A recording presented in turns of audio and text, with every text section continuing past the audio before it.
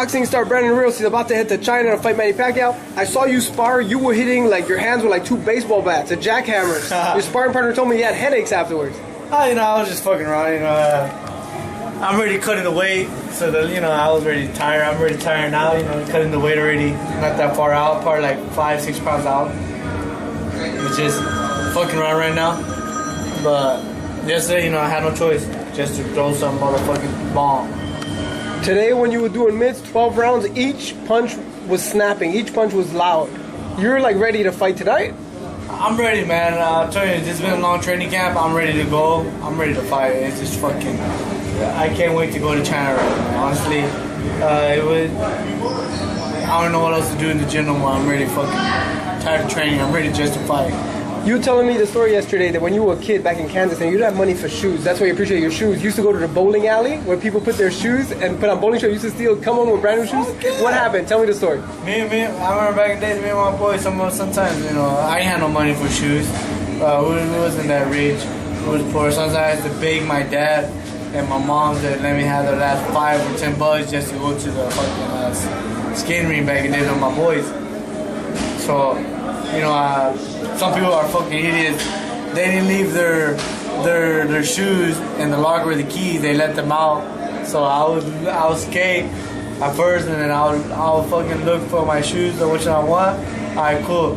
So I'll put my shoes right in the cupboard next to theirs or whatever around there, and I just keep skating, skating around. When the skating's over, before like 10 or 15 minutes before it's over, I'll go to that spot, see if the shoes are there still. If it's still there, I fucking take their shoes and just jam the fuck out. Was it the right size? You come home and they were too small or too big? I look out for the right size though. Every time I go and I look for the right size and everything. And now do you appreciate that you could buy any shoe you want? I mean, how does that feel? I appreciate it now, That's why all my shoes I take care of very well. I had the shoes for a long time. They look brand new still. And I take care of my shoes very well. I take care of my things actually very well because growing up I never had these things. And you grew up real poor. People don't know that. Like yeah. We're not like poor, but we grew up poor. The only thing, my parents, they were working, but most of the money, to keep our bills on and everything like that, electricity. There was sometimes, but we didn't have that much electricity, or sometimes we had gas, and we still live in a trailer house, and sometimes our windows used to be broken, so we had plastic on the windows, and it was freezing cold. Sometimes it gets like snowing, and we didn't have no electricity or nothing, no gas, so we just fucking cover up in the blankets. Also too, I remember when we had no gas, nothing, we used to borrow fucking electricity. We used to put cable cords from my neighbor's house. They used to let us borrow it and go run it to our house.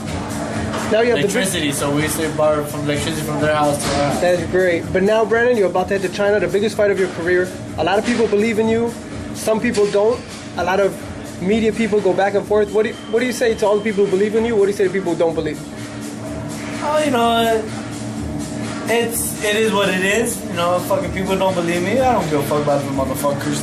Because if they don't believe in me, they still watching me, and they're dumb fucks. And so I don't give a fuck. It don't bother me at all. But the people that always supported me and the people that always stood beside me, and especially to my dad. My dad was there, 100% supporter until the day he died. He's the one that was like, my son's gonna make it. My son's gonna be big. My son's gonna be world champion. Everybody's gonna see. And he's the only one that believes in me a lot. That's why I love my dad so much. Me and my dad got a special bond, and I love my dad a lot. And Robert was one of them, and Donna was the other one, and then my wife was one of them. So, but all of them they believe in me. It's fucking great, man. I have a great team, and especially at home with my wife, she's very supportive, so she supports me very well. So, I fight when I fight for them and the people that supports me.